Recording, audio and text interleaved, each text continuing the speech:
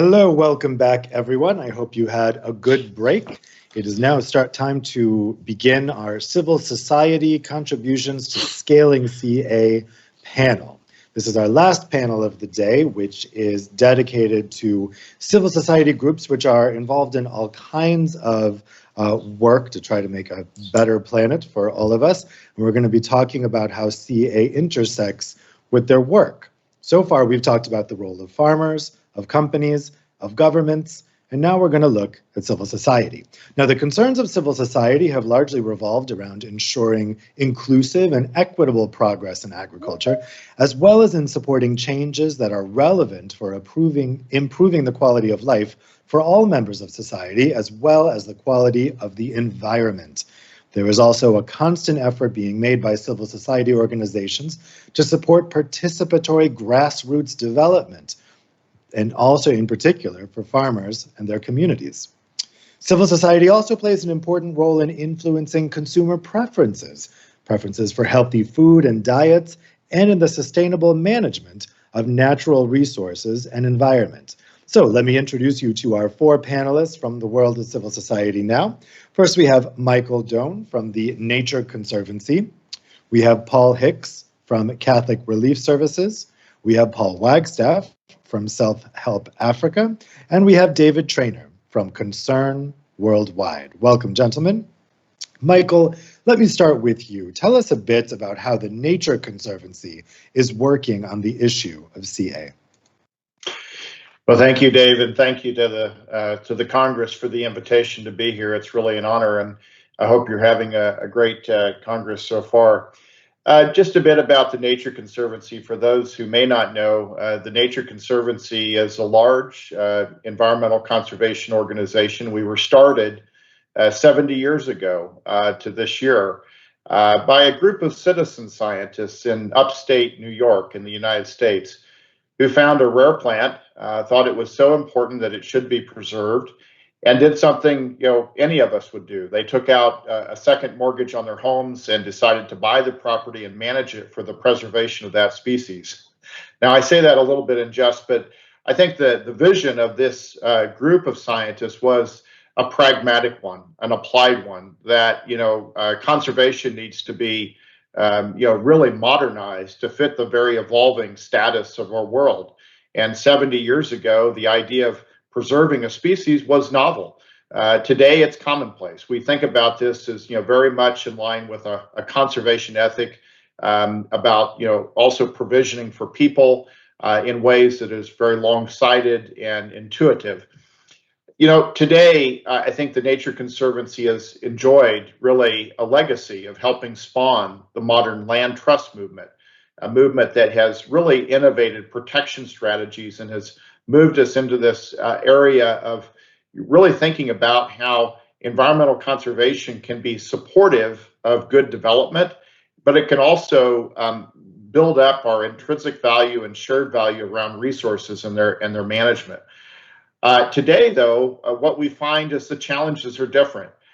We see the impact of climate change. We see the growth of food systems and their pervasiveness in terms of their direct threat to the mission of the Nature Conservancy, which is to conserve the land and water upon which all life depends.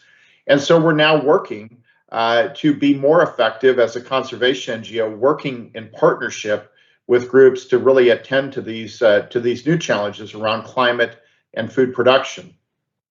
And that last area is the one that I have the privilege to lead, and that is, how do we actually produce, a quantity of food that's projected to increase dramatically by mid-century? Do that when we've got dwindling freshwater resources, we've got land degradation trends that are very appalling, and we've got the threat of climate change, both the need to mitigate emissions, but also to adapt to a changing climate. And this is where our attention has really been focused for the last decade, is increasing in this regard on the primacy of healthy soil as a way to buffer against and provide the kind of conservation benefits that we want to see moving forward, and seeing how those can actually flow through the food system. So it's not separate from the activities of food production, but they're actually central to the management practices. Obviously, I know you've been talking about the importance of soils and conservation agriculture to sequester and store carbon. Likewise, the importance of building up soils to be more resilient for climate adaptation. I think of all the studies that I've read over the past year, the one that really caught my attention was the one out of Cornell recently that showed that we've already lost a good deal of our primary factor productivity because of a shifting climate and the adaptation trends that are not quite up to the challenge there. And specifically to the question of equitable conservation, more specific and acute challenges in Africa, Latin America, and Asia, especially as you get to the more equatorial regions. I think that that's a call to action for all of us to think about how we can be more effective at transmitting these ideas into those areas. Nutrient management, which attends to water quality. We did a survey of kind of top line managers and food systems, and even in the grips of the pandemic, they still rated water quality challenges as among the most central to their risk profile going forward. Most of that is attendant to agriculture.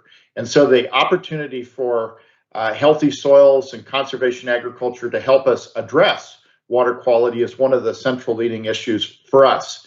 And this is, of course, an important topic for both croplands and grasslands. The use of livestock to integrate and improve management practices is something we're very interested in. The central theme, though, for us is that when we manage for healthy soils, we go beyond our kind of convenient and easy topics of eco-efficiency in agriculture, where we're thinking about the ratio of inputs to outputs. We can actually think about regenerating natural capital, rebuilding soils, rebuilding the hydrograph in a watershed, rebuilding biodiversity in ways that's very functional for food provisioning. And so our interest is around how do we transition more quickly to these regenerative practices that can be good for rebuilding natural capital and also good for livelihoods. One of the areas that we tend to focus in the most is how do we create markets for this? And so I'm coming to you today from the United States.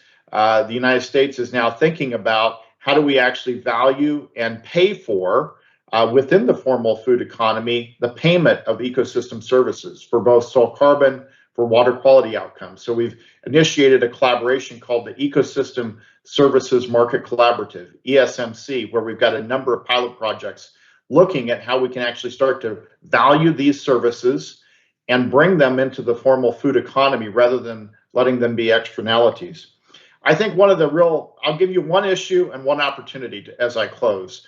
One issue that we see as central here is if we care about healthy soils, if we care about all the benefits that can come from healthy soils, weed control in farming systems is, I think, a growing issue for us. We've had weed control systems that have shifted over time, and most conservation agriculture strategies which seek to reduce or eliminate tillage are overly dependent on chemical controls. Now, chemistry has a role to play. We certainly agree that chemistry is a tool that needs to be in the toolbox, but we actually talked to a number of leading weed scientists just this last summer, kind of a Delphi panel to understand these issues more. And over and over again, the theme was diversification. We need to further diversify our weed control systems to include more ecological strategies for weed control. Things like crop rotations, cover cropping, more mechanical kind of weed seed bank control methods, alternative row spacings, and on and on. Those combined with proper chemical inputs are the path forward to making sure that we can keep reduced or no tillage as part of this healthy soils transition. We need more investment, more innovation in that regard. The opportunity, though, I think, is that we see strategic investors in the space paying attention. One thing that I'll highlight is our collaboration with Syngenta. Syngenta is a global leader in agriculture. We're working with them on soil health to really understand what are the product and service offerings of the future in a very kind of long-term R&D way that need to be thought of now, invested in, so that they can be scaled up for the future. We have 3 projects where we're testing some of these. One is called Reverte in Brazil, where we're looking at reclaiming lands that have been lightly grazed and degraded through grazing strategies that look to kind of extend and occupy areas of forests and savannas that we probably wouldn't have preferred that they were converted to that. But now that they're converted, they're a better source of increasing soy cultivation when we bring together the full suite of technologies on soil health. So we're looking at ways that we can do that in Brazil. Another project is in China, where we're looking at reducing crop residue burning, increasing no-till in a very important wheat-corn rotation area. This is not a cultural practice in this area, and by doing some of the academic studies to work out the cropping system, we hope to show that this could be a policy taken forward, and through China's influence, not only in their own agriculture, but around the world, see how this can be scaled up in smallholder agriculture. The final is a project called Feed in Focus, and that's working in the US in a dairy system that's committed to zero emission dairy production by date certain in the future. A big portion of that footprint on carbon comes from the feed production that goes into dairy. And so we're working with Syngenta and several partners in this much broader collaboration to show how soil health practices in the upper Midwest in the US can be scaled up and brought into those feed inputs and dairy systems.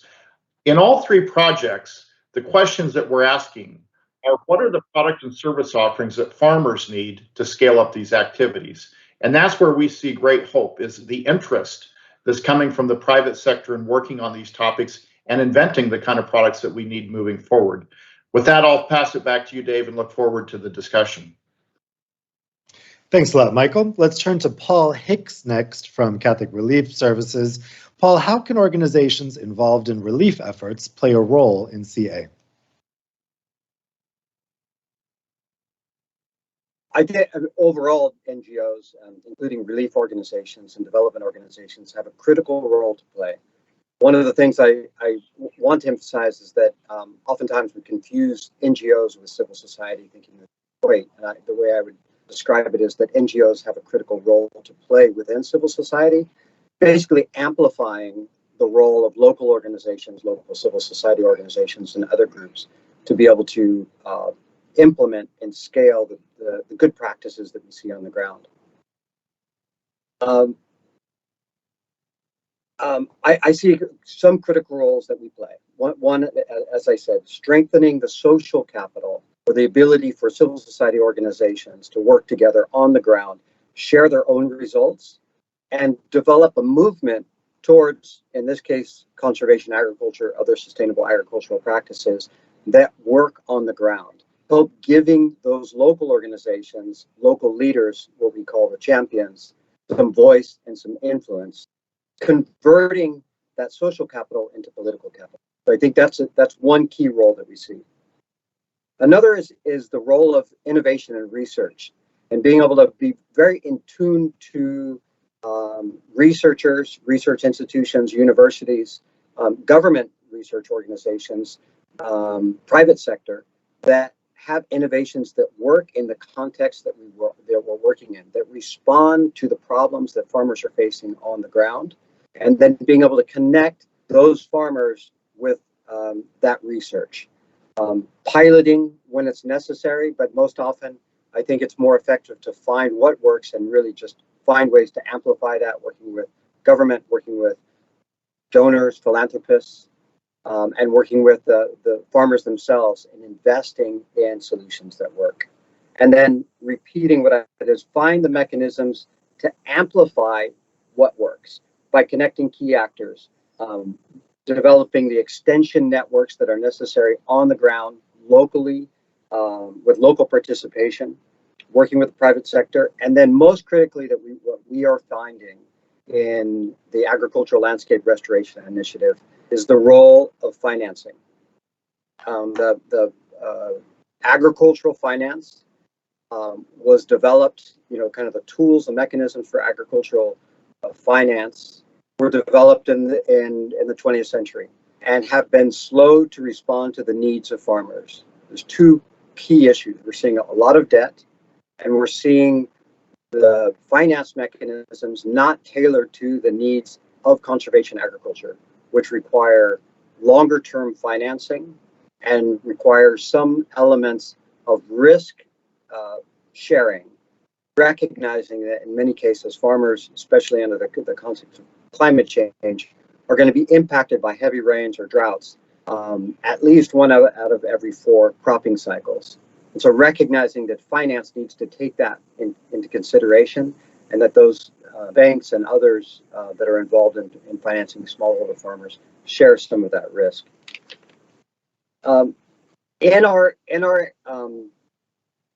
experience on the ground on this 12-year initiative, we've kind of reiterated or validated some of the things that we've learned. When we started off, we spoke with Roland Bunch, a leader in conservation agriculture in Latin America and now in Africa, and Kofi Boa. And one of the things we said is keep it simple. Find a few practices that will demonstrate early recognizable results and get them on the ground, give people a chance to try them out, and then start sharing amongst themselves what they learn, what they experience. The two practices that we've seen most effective and most easily adapted by farmers is the use of cover crops and a effective use of fertilizers using the IPNI's approach to 4 R's. Basically, using the right agricultural, the right inputs, the right fertilizers at the right time, right place, right dosage.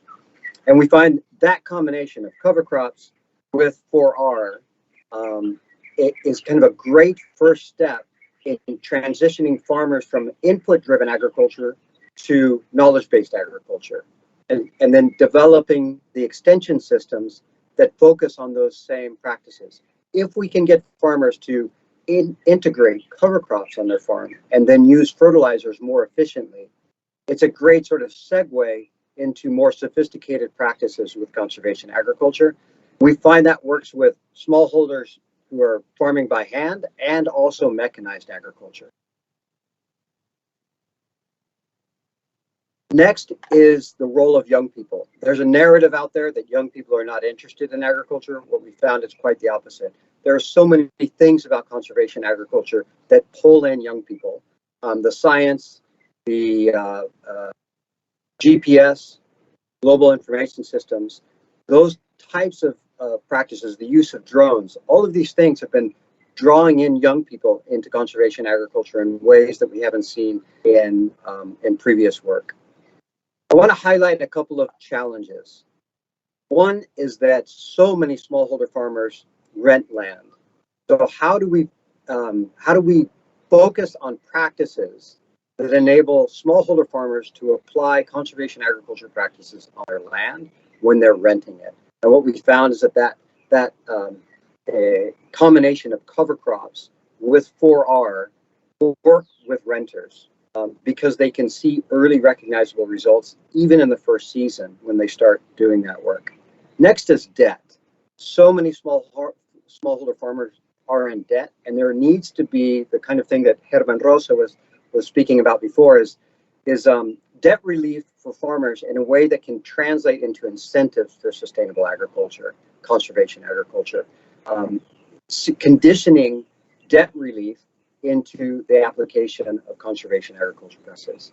Finally, I find that the biggest challenge in all the mix of the ecosystem for conservation agriculture is the private sector, agribusiness. Major agribusiness companies have been key to the transformation towards conservation agriculture. However, in many developing countries, the face of agribusiness tend to be agri-input dealers, the ones who sell the agrochemicals. And the incentives for those agriculture dealers is to sell more chemicals, and a lot of that is glyphosate. And we make the mistake of equating conservation agriculture with glyphosate. What we have found actually on the ground is that we incorporate cover crops into cropping systems. Farmers actually need less herbicide than they need under conventional farming. I have not, in the 12 years I've been in El Salvador, which has a massive use of per hectare use of glyphosate, I have never seen an agricultural input dealer promote cover crops. There's no money to be made in cover crops.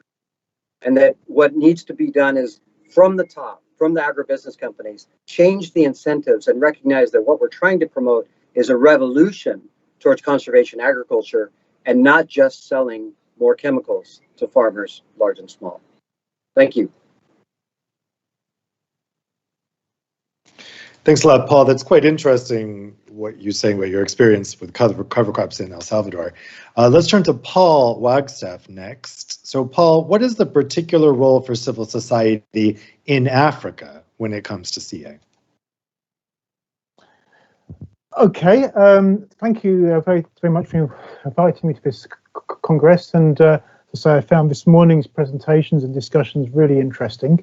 In terms of our work, I work for South of Africa, which is an Anglo-Irish NGO. I'm based in Ireland. We're working across 8 countries in East, Southern and West Africa. And our focus is on smallholder agriculture, agricultural enterprise, but also increasingly the sort of the middle level, the medium-sized enterprises, as well as the small enterprises. And one of our key interests is the impact of agriculture on nutrition. And that's what I would like to discuss now, because I think it's one of the things that's really missing from the CA debate is how conservation agriculture can address the issue of malnutrition.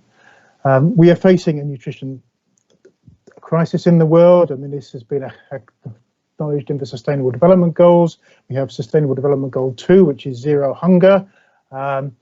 If you look at the figures for sub-Saharan Africa, they're absolutely appalling. I mean, we have across sub-Saharan Africa, the stunting rates, which is the number of kids who are small, who are short for their age, between 26 to 55%. So that's between 1/4 and 1/2 of the population, young population of agriculture is too short for their age. And that translates to 61.4 million kids, which is, completely unacceptable. So, it's really important that it's one of the Sustainable Development Goals. And I think conservation agriculture should have a role to play in ending this. Now, I'll make it clear there's no magic bullet to ending malnutrition. There's a lot of factors involved in addressing undernutrition, and particularly for children. These will require a collaborative action. So it's not just about ministries of health, it's about ministries of agriculture, ministries of education, it's civil society, and it's really important to involve the private sector as well. Now, clearly, agriculture does have an important role to play. We are what we eat, and it seems to be, fairly intuitive, not something we really need to discuss. But actually, when you start drilling into it, it's incredibly complex, and it's very difficult to actually get a nice, clear link between what we grow, and what we consume. If we look at the pathways to addressing nutrition through agriculture, it's not just about the crops we grow and the food availability and the diets, but it's also about, how are farmers making extra income, which they can use to buy those foods they can't produce for themselves? What are their decisions on spending that money? Are they able to spend that money on healthcare for their children? Are they able to spend that money on accessing clean water? And what's really important is women's role. I mean, are we in conservation agriculture increasing or reducing women's workloads? Because if women have high workloads, then they simply don't have the time to take their kids to the health centres or to prepare the nutritious meals we would like them to be preparing. And there's a lot of very clear evidence that the more time women have to spend away from their kids, the worse the nutrition outcomes are for the kids. So it's not just about producing the food, it's about all those other factors involved in agriculture. So in terms of what can conservation agriculture do for nutrition, I've been looking at the evidence from Zambia and Malawi, some of the evidence I've collected myself over the years I've been working in Southern Africa. And the first thing that is clear to me is if we look at food, it's food security. CA clearly increases food security. It increases the number of months of food availability. So that's to me is a no-brainer. Where women are involved in the extension for conservation agriculture, and they have control over the resources for conservation agriculture, we clearly see women's income improving and women's knowledge about farming improving. One of the questions I would like to be answered in, hopefully in the Congress this week is, do we have any information on how CO2 affects food safety? Do we have any information on whether CA reduces the levels of mycotoxins in food, for example? I'd love to see some research on that, but I really haven't found much at the moment. Another thing we really need to know more about is how does CA affect the quality of food? Now, my theory is if you draw together all the links, then conservation agriculture really should be improving the quality of food. Now, we know that plants get most of their micronutrients through associations with fungi and bacteria in the soil. We know that in the lab, if you infect plants with the right fungi, the right bacteria, the micronutrient levels in those plants will increase. We have lots of research papers, and I'm sure we'll have more during the course of the Congress, showing that under CA you have a lot more of these fungi, a lot more of these bacteria in the soil. So my logical conclusion, if we've got more of the rhizobium, the BAM forming fungi in the soil, more of the rhizosphere bacteria in the soil, under CA, we should start to see more micronutrients in the crops. And I'd be really interested in more research on that. So that's in terms of the food security side of addressing malnutrition. Diversity side, several speakers this morning have already addressed this. Conservation agriculture is defined as crop rotation. If you're not doing crop rotation, you're not doing conservation agriculture. So the crop rotation side, whether it's or intercropping, strip cropping, however you approach it, should be improving the diversity of cropping on a farm. And again, very clear evidence, if you diversify the diet, you start to address some of the micronutrient deficiencies which are responsible for undernutrition. The farmers I've talked to, who I've worked with doing CA, their income has increased, and the evidence I have is they spend that money very sensibly on education, on healthcare, and on productive resources. So I see a very positive impact there of CA. Women's work and women's workload, this is a much harder one to quantify, because if I look at the academic literature, you'll find a lot of literature will show that CA is increasing women's workload, which is contrary to what I have found in the field. From what I've seen, women adopt CA faster than men in sub-Saharan Africa, particularly in southern Africa, because it's reducing their workload by spreading their workload across the season. They don't have that big labour peak at the start of the rains. So I'm seeing women as being the early adopters of CA in southern Africa. And again, where you specifically target women in your extension program, I'm seeing an increase in women's access to resources and their control over resources and decision making. Now, unfortunately, what I can't prove, and again, I hope somebody else can during the course of the Congress, is to show an improvement in women's health and nutritional status. Now, the problem with looking at the nutritional status, actually the impact of CA in terms of nutrition on women, children and farmers, is it's expensive. Doing anthropometric surveys is not easy. It needs a large sample size. I haven't been able to do this. I'd love to be able to do this, but in terms of looking at the sort of the secondary indicators, I've certainly seen an improvement in the quantity and the diversity of diet for farmers who are practicing CA. And again, that's a good proxy indicator for an increase in micronutrient consumption. And there's also an interesting one. I do see farmers increasing the consumption of nutrition-dense food, which is food from animal sources. Now, there is a problem in many countries that you do get a conflict between using your crop residues as an animal feed or for mulching your crop, particularly in the Sahel and the drier areas. But where farmers are able to integrate animals into the CA system, I have seen an increase in the consumption of animal foods. We've got several papers during the course of the Congress on the environmental impact, and Michael has already talked very eloquently about the environmental impact of CA, because this is an important factor when we're looking at nutrition, is can people access safe, clean water? And there's plenty of evidence that CA does improve water infiltration. It improves the water in the soil, both the groundwater and the soil water.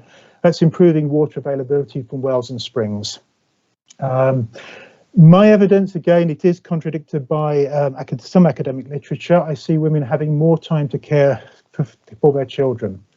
But I say I'm I am open to debate over this because other academics will say actually it's increasing women's workload. But it's not what I found, and it's not what the women I've been working with would say about conservation agriculture. So I think it's a really important factor, but isn't part of the debate. I think it should be. Sadly, I can't see any papers being presented in this Congress on cereal nutrition. I would like to see more research on this because I think it's something we really have to address. So thank you very much for giving me an opportunity to talk about what I think is a role for conservation agriculture in addressing this crisis of malnutrition. Thank you very much. Thanks a lot, Paul. Let's turn to David Traynor next. David, what has been the involvement of Concern Worldwide in CA? Well, thanks very much, first of all, for, again, like the others, for an opportunity to talk at this conference. Before I go into that, I'll talk a bit about Concern briefly. We were founded in 1968 during the Biafra conflict in Nigeria, and since we've expanded to 27 countries. And we both have a humanitarian and a development mandate. And I'll use, to answer your question, I'll use the Sahel as an example. Because we heard earlier, a lot of it is very context specific. And I'm going to talk about the Sahel because this is an area where we feel conservation agriculture is really important. So Concern strategic plan is we launched it, I think, the last few weeks. It is responding to the impacts of climate, conflict, and the hunger crises. And the Sahel countries are disproportionately affected by these. And Concern works in 4 of the countries in the Sahel: Burkina Faso, Niger, Chad, and Sudan. And 2.5 years of my life were spent in Eastern Chad. So I've worked a lot with farmers on these, on conservation agriculture. So the Sahel is it's this kind of this band across Africa that's transitioned between the Sahara and tropical sub-Saharan Africa. So it's very, very fragile to the effects of drought, erratic weather patterns, and then your soil degradation through deforestation and other human-related activities. So when we look at conservation agriculture, we're very much looking at towards a resilience kind of lens. You have major shocks, like you may have a major drought, you may have conflict in the Sahel, but many of the shocks are very small scale. They impact the smallholder. And it could be maybe the rains are late, maybe they don't have the resources for agricultural production because of the impacts of poverty. So are they facing inequality, as Paul was speaking about gender, such as access to land? So conservation agriculture aims to build resilience with these vulnerable and poor households. So how do we do it?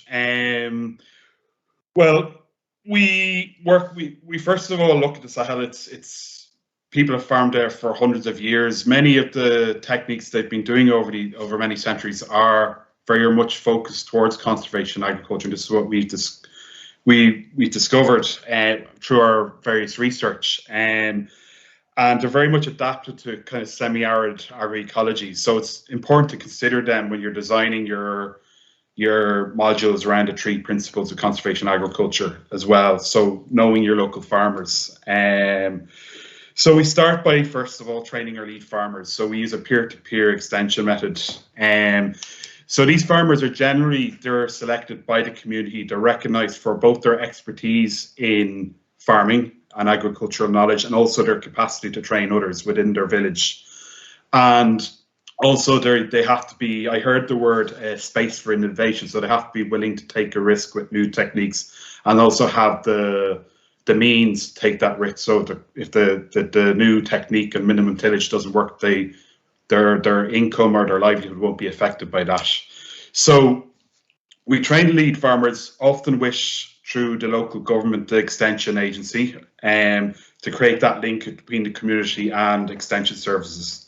And then we select our beneficiaries who are vulnerable or extreme poor households, who are selected using community-defined criteria, such as maybe they have more than 3 children enrolled in malnutrition treatment program, or they may have more than three children under 5 years of age. They might have a vulnerable member of their household, or they might be classified as extremely vulnerable household, such as a female-headed household, who would have had access to inputs. And then we group 10 lead farmers, or 10 student farmers together, so with one lead farmer. So once we train the lead farmer on the 3 principles of conservation agriculture, they then go and train the student farmers, and then they receive the inputs from Concern through either we provide them directly, or if the market's allowed, we'll use a form of a voucher or provide them with seed vouchers or direct cash as well to purchase from market dealers. So this also has the effect of regenerating the local economy.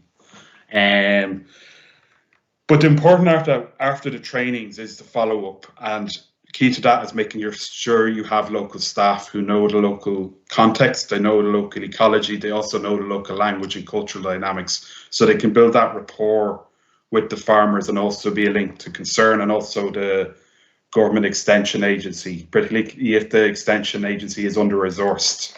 Sometimes an NGO will have the vehicles and they'll have the logistics to get out and to meet the villages and do the follow-up and the supervision.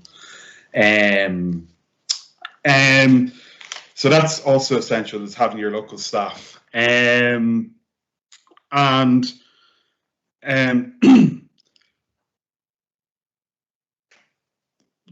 What we found,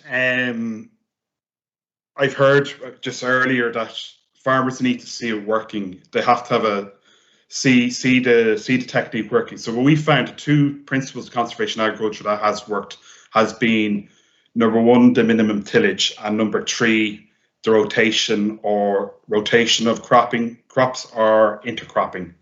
The middle one of maintaining soil cover hasn't worked as well. It's because it's the context again. Farmers have issues of accessing materials for mulching. So again, we look at alternatives to that, such as using what's called holes. It's just a small depression with the crop in it and covering it in some sort of organic fertilizer like manure. So just looking at alternatives to that. And conservation agriculture can't be taken alone. When I worked in Chad, we offered a package where conservation agriculture is one of the packages. We also had agroforestry, and what we heard earlier with the environmental aspects. So this is farmer managed natural regeneration of trees.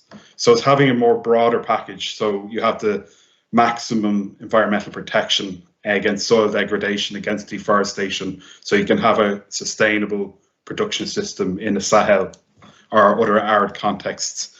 And then there's the other sectors that Paul was talking about, looking at the links with nutrition, also looking at the links with water and sanitation, hygiene promotion. Nearly every mother who's had a child admitted to a malnutrition treatment program has said to me the child was sick first. So you have to look at ensuring the health services are there as well. And also looking at the gender aspects, and a lot of the contexts of the Sahel are very fragile, so you also have to look at protection. Or you have to consider, are your farmers safe going out to the field? So it's considering safety when you're doing your trainings. In terms of what do we do after we finish our program, again, as I said, a lot of the contexts are very fragile, so you need to have this kind of sustainability. One option, sometimes the extension services might have resources, so one option is to have a civil society organisation, which the NGO can develop and support, who can develop their own extension services also alongside with some sort of a small business to fund that. And also supporting producer groups and so on. And in terms of scaling up, this is what we heard earlier. I think it was Paul Hicks was saying the NGO can be kind of a voice to raise this from the farmers at field level, raise it up to the national level with donors, with government agencies, and influencing policy development, and again to more global conferences such as this one. So I would like to again thank everyone for giving me the opportunity to talk about Concerns, programs, and our experiences with farmers. and conservation agriculture. So thanks so much. Thanks a lot, David.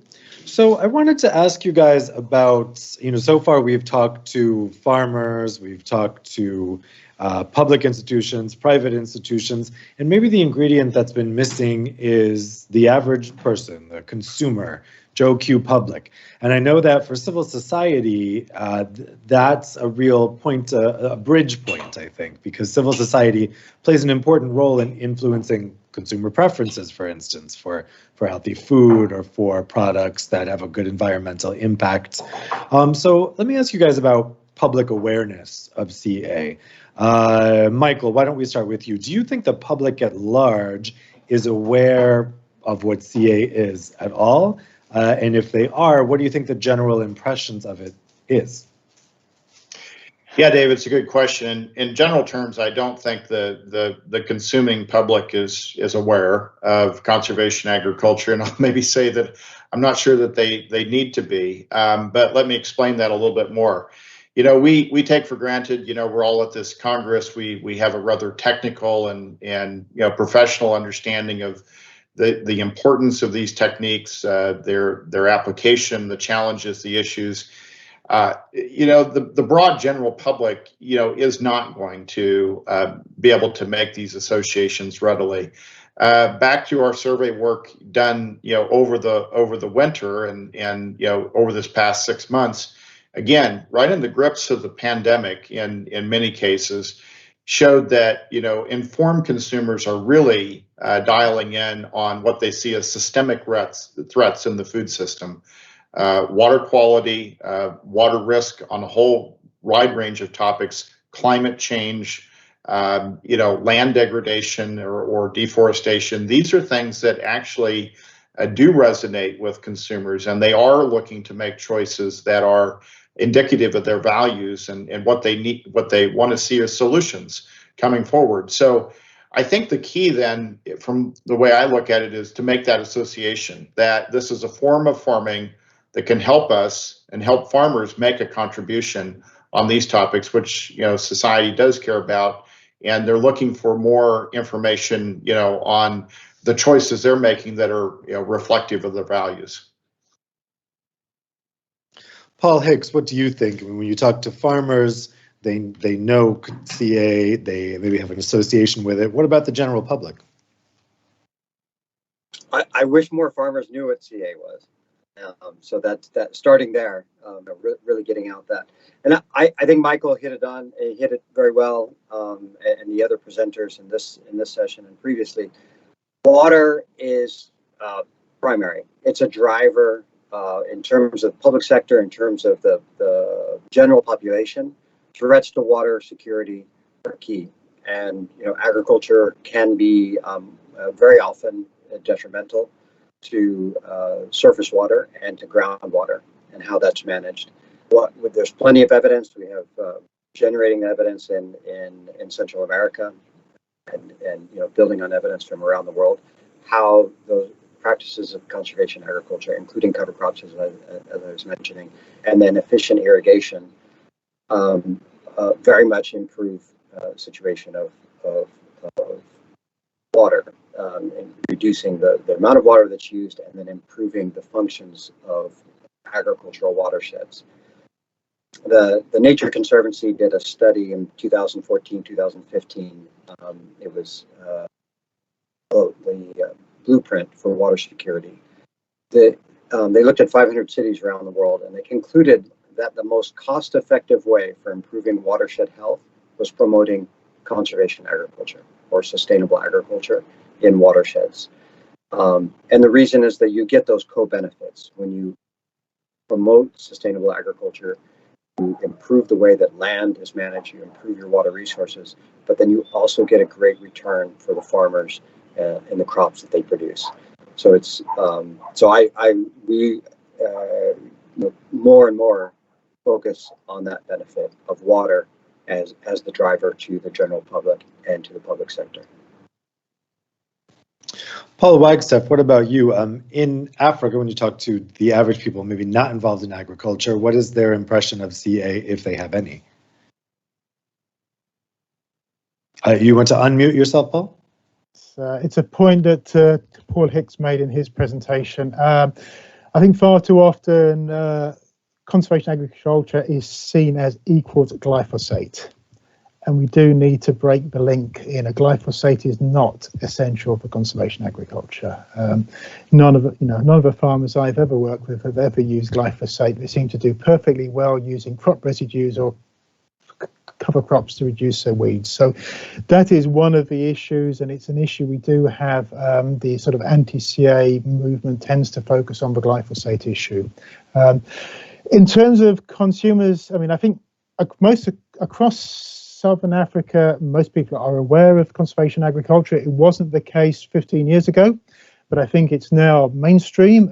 It's part of the Ministry of Agriculture's policies across Southern Africa. It is something that you hear on the radio, it's on radio shows, it's on TV shows. So I think the general population is aware of it.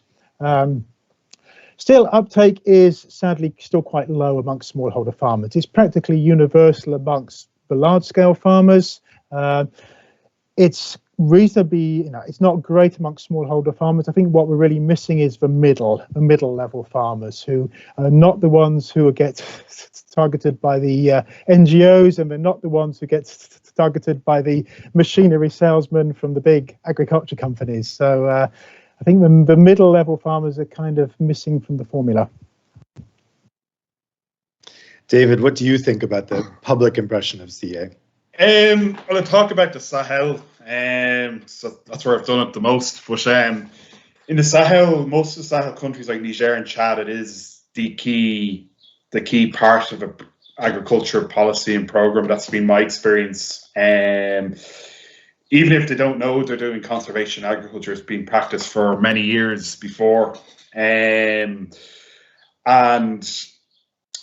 so it is generally known across the region. I see it in government policy documents. Again, sometimes there does be that tension between food production, getting as much food as possible, like through mechanization, and protecting the environment. And particularly, I noticed that in Chad, particularly in very food insecure contexts, you need to produce as much food as possible. But then you can adapt and influence policy. Well, if you're going to do mechanization, adapt the plow at the back of the tractor.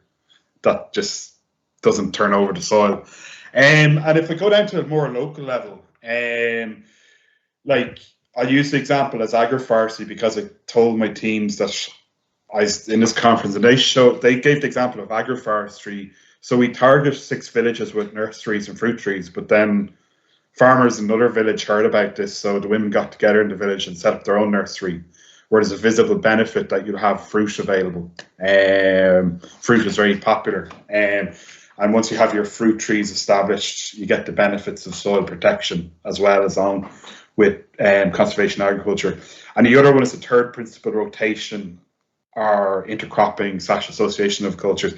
When you see the soil is more fertile, you see the benefits of that. There's more uptake, and then word gets around in the marketplace or in farmers talking to their relatives, and I heard Concern doing this, and it's a good way to produce crops, and then their relatives said, okay, I'm going to do that. So it's also the word of mouth as well. So that's what I found as well. Well, we've had a question come in from the audience, which I'd like to put to the panel. So the questioner asks, it is well known that conservation agriculture is qualified as a no-lose situation when compared to conventional farming, but the major problem is the unavailability of mechanization for the practice of these conservation crops, especially for small farmers who do not have the means. I think a couple of you alluded to this before. Is there a problem there with, even if you look at the benefits of CA, that those benefits might not be available to a small share farmer who can't actually get to the mechanization that's needed for it? Anybody who's welcome to take that. Who would like to answer that? Go ahead, I'll jump Paul. in there. So we have been, primarily we're working with smallholder farmers that are farming without machinery.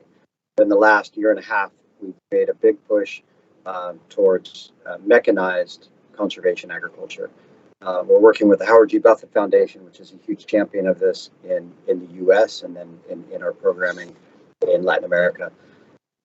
I would say that in most cases, what you have is a mixed system where you use some equipment, particularly for land preparation. So seeding is a great, two things: mowing, chopping, crop residues, getting them on the ground, and then following up behind with mechanized seeding equipment. The cost of field preparation, of seeding, is one of the biggest labor costs that farmers have. And so what we're experimenting with and showing is that mechanized preparation can be cheaper for smallholder farmers than hiring the laborers to do that. And then you get many of the benefits that you're looking for from conservation agriculture and mechanized through this mechanization. And then you can do it at a scale that's much harder to do just doing it farm by farm. Part of this is supporting small agricultural companies. So we spun off 2 companies that actually sell this as a service, and so the smallholders can hire the company to come and do that, and we subsidize that cost to promote it. And the more people that are seeing it, the more that are interested. So I think mechanization for smallholders becomes key. The limitation is slope. You get above 18%, it's very hard to do anything, to get equipment in there, and you probably shouldn't be trying to get equipment in there. And many smallholders around the world are working on steep slopes, so that will be the primary limitation to introducing mechanized conservation agriculture for smallholders. Paul Wagstaff, I saw you wanted to answer that as well. Sure, yes. Again, I completely agree with Paul's comments. Certainly most of the techniques we'll be using, as David mentioned, Bazai holes, Bazai basins, these are conservation agriculture technologies designed purely for hand tools, for very small farmers, quarter of a hectare, for whom it's just, they don't have the money and it's not really worth mechanization. However, in terms, there are a lot of tools now, an increasing number of tools on the market to even reduce the amount of work you do by hand. And obviously, we had Professor Lai in one of the earlier sessions. He's developed a really great device for planting seed and fertilizer, but looks just like an African hoe. So it's the muscles you use are very similar to the muscles you're using for an African hoe. So I think that's a great idea. There's lots of other jab planters now on the market from Brazil, from China, which can reduce the work required even when you're using hand labor. And one of the things I think is it could be a solution is the success of the Hello Tractor app in Nigeria. This is an app that allows tractor drivers to tractor driver owners to maximize the use of their equipment, because farmers can just like using Uber can call up a tractor. And if we could use something like the Hello Tractor app, but with conservation agriculture tools, with the direct seeders rather than disc plows, I think that'd be a great way to go. So we have another question from the audience here. This question comes from Andrew Bennett. He asks the panel, have you found conflicts between farmers and traditional pastoralists with cattle to graze, a challenge to CA adoption? Have any of you encountered such conflict? I see David nodding. David? Yeah, well, the Sahel pastoralism is a very key livelihood strategy. It's adapted to the ecology because the rains move down and then the herders and animals follow the rains, and they will cross agricultural land.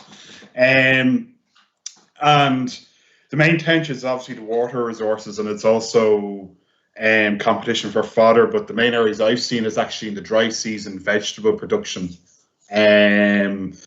where farmers will locate their vegetable gardens along the riverine areas, and that's also where cattle, sheep and goats also need to get water access.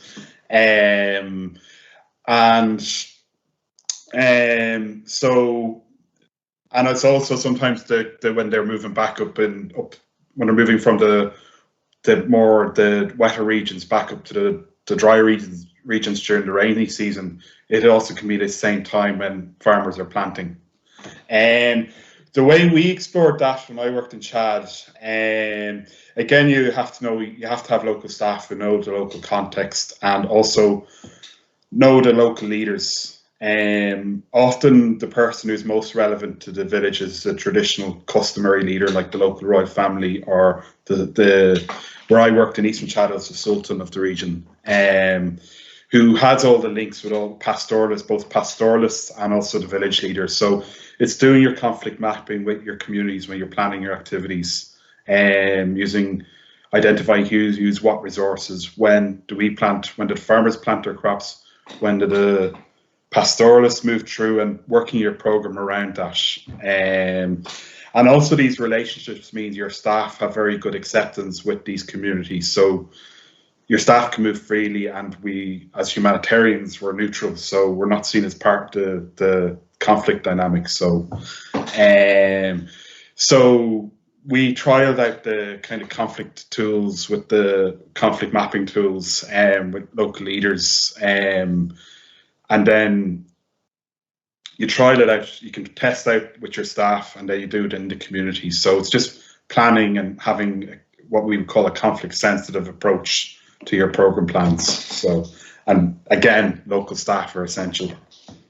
That's really interesting. It sounds like a lot of planning has to go into that. Paul Hicks, you have your hand raised as well?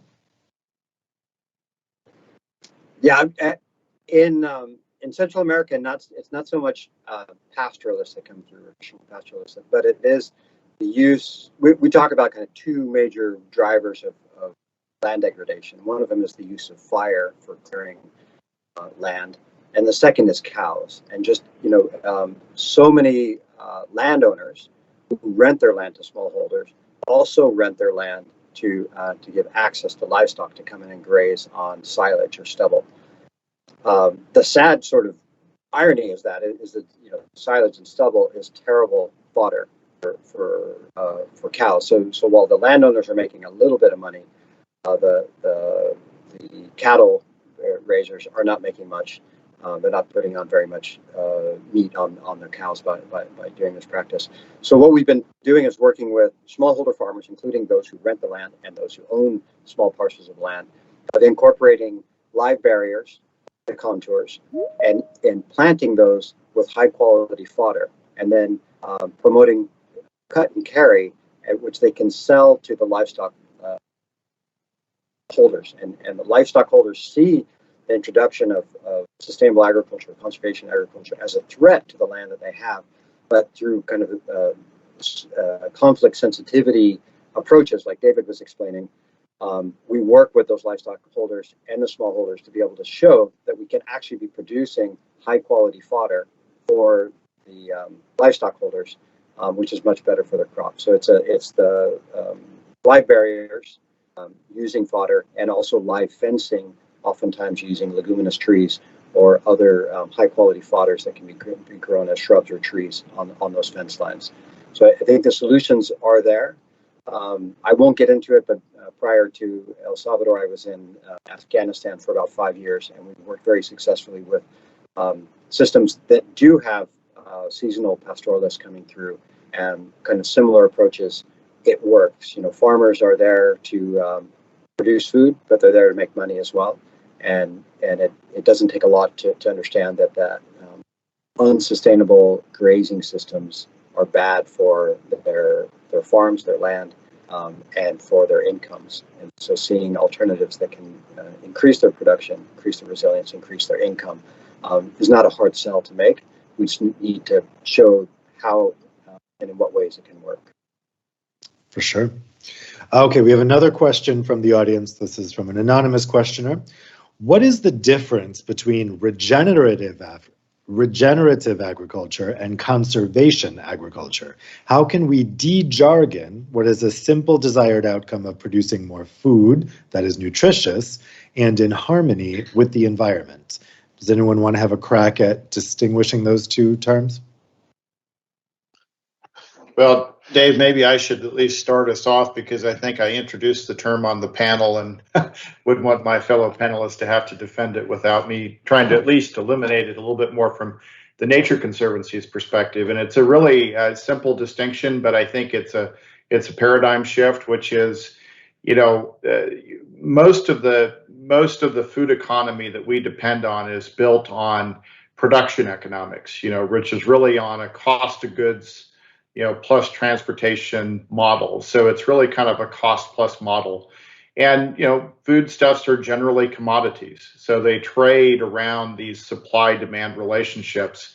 Factors like, the ability to store carbon in the soil as a sink to mitigate climate change, the ability to improve water quality outcomes in a watershed through better management practices upstream in farming areas in a watershed, opportunities to improve, the conservation of certain species through biodiversity and habitat maintenance in a more integrated kind of landscape design. These are what economists call externalities. They're outside of the production economics of the formal food economy. We think to really address that, you need to begin to invest in the scaling up of those practices within the food economy. And that's when we think about making this transition from what could be good practices from a supply standpoint, from a production standpoint for farmers, to an economy that rewards the regeneration of those same resources, the rebuilding of natural capital that we depend on, soils, water quality, water flow for environmental purposes, biodiversity. And, it's not a new idea. I think what is a little bit new is the idea that for us to get real operating leverage on some of these big challenges like climate change, we have to invest in the food system. We have to think about the food system as a means to drive a new economy forward. And that's what we describe as a regenerative economy. Okay, great.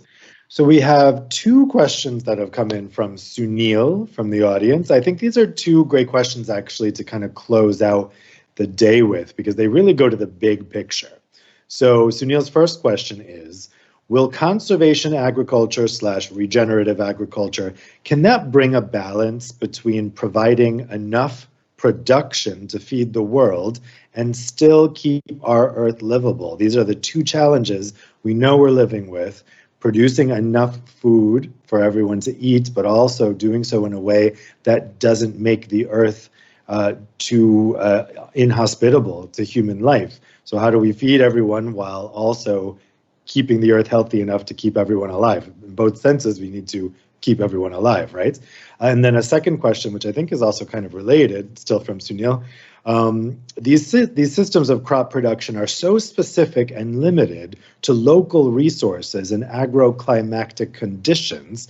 Can they really be scaled up at a global level? So who'd like to take either of those two questions? Yes, Paul Hicks. Yeah, I would say when we look at the yield gap in smallholder agriculture, smallholders are often producing sort of a fraction of what it should be potential production on their land. And so in a sense, it's a low-hanging fruit. It doesn't, when a farmer is producing 1 metric ton of grain on a hectare of land, the moving that into 2, 3, up to 4 metric tons is the application of good agronomic practices, including those that we're promoting with conservation agriculture. And so it's a low-hanging fruit in the sense that you don't need new technologies, you don't need super seeds, you don't need super fertilizers or something that's coming out of the laboratory. You just need good agronomic practices and good extension systems to make that difference. And that is where we're going to have the biggest difference in food security, in incomes, and in protecting land that's being degraded often by smallholder farmers in marginal land. So I think the answer first to the first question is yes. And what I would say then on the second question is, I don't think we scale at a global level. I think we scale at local and landscape levels, and where you are in tune to the specific agroecological systems where you are, into the economy where you are, and that can be done. And we've seen it in any country in any ecological system. Where we make the mistake is to try and take one practice or experience from one part of the world and impose it on another. If it doesn't come from the local people, you're just doing projects that will fail in the short term. Paul Wagstaff? You want to unmute yourself, Paul? I'd like to answer the second question. CA across agroecological zones. I think this is a really important question. I think this is where we have made a lot of mistakes. We have promoted CA as a one-size-fits-all, and it certainly isn't. In my experience in sub-Saharan Africa, but also in Asia as well, the sort of a classic no-till CA, minimum till CA, really works well in the semi-arid areas where the issue is keeping the moisture in the soil, keeping the soil moist.